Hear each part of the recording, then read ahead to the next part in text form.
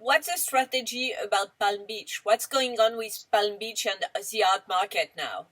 Well, I think the same way as we do Shanghai, and it was a very Chinese fair, as you know, the international travelers couldn't go. There's Spotlight in Hong Kong, which opens tomorrow, I believe. So it's a kind of a micro affair in Hong Kong for the Hong Kong galleries that is in some way helped. I say helped by the Basel, group. You probably know about Spotlight.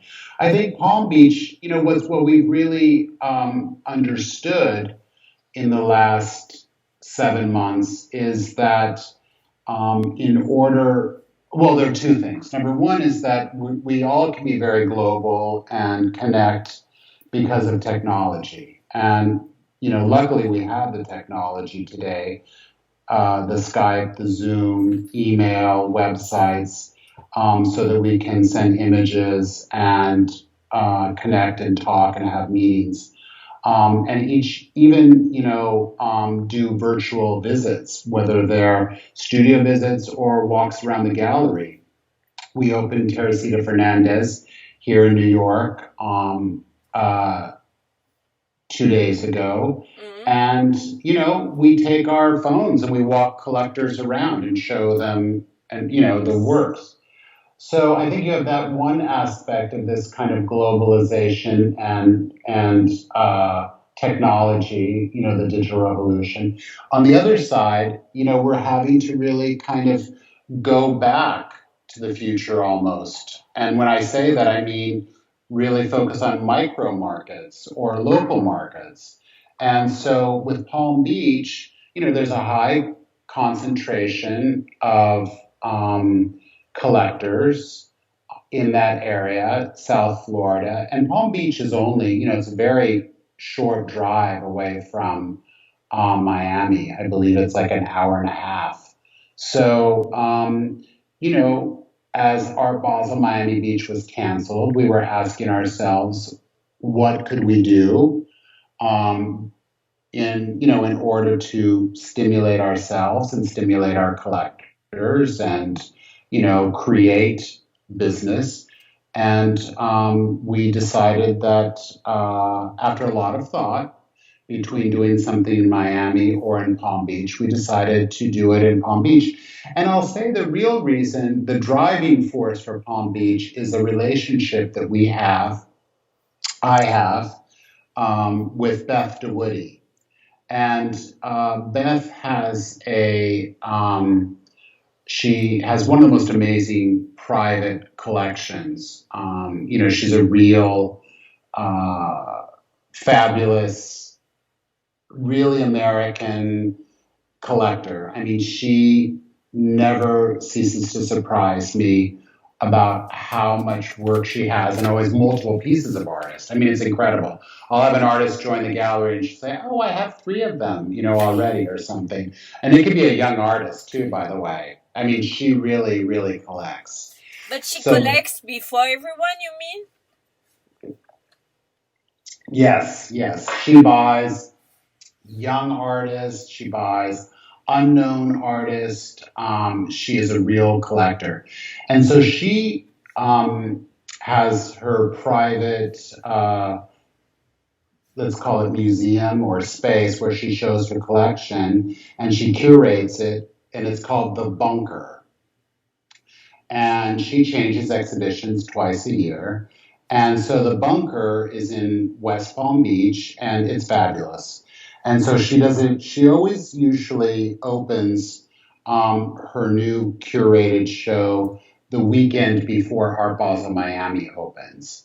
But it's really become kind of a West Palm Beach event. There's also the Nord Museum, which is a very fine museum. So, and there's just a high concentration of collectors. So,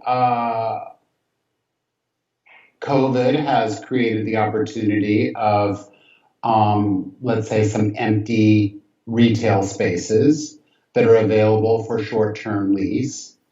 And so we have taken a space in Palm Beach. Um, and we've taken it for 4 months. And so we're doing November, December, January, and February there. And we will do kind of 2 group exhibitions of gallery artists.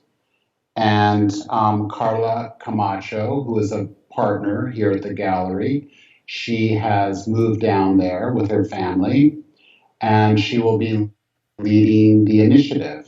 And what was the former destination of the shop before you? I think it was a gallery also. Okay. I think it was an art gallery. And is there a special taste for Palm Beach? No, I mean, there are many collectors down there, so it's like any kind of we're looking at it as an opportunity to do something like we would have done at Art Basel, Miami Beach, but to do it, longer, change works, have appointments. Obviously, you can't have, gatherings of more than whatever, 10 people or so. So you have multiple appointments. And I'll go down there probably twice, maybe once in December and once in January or February. But there's a special target there, right? Well, there are great collectors that are down there. Like who? Oh my gosh. I mean, I wouldn't even begin to name all of them, but so many Americans. I'm not sure I think it's pretty American. I don't think there are many, there might be some Europeans, I don't know. But so many of the major collectors, even from the Midwest, not only New York, but the Midwest, they leave, well, for 2 reasons. The climate is, nice in the winter. And also, if they have residency in Florida, the tax situation is very good for Americans to have residency in Florida.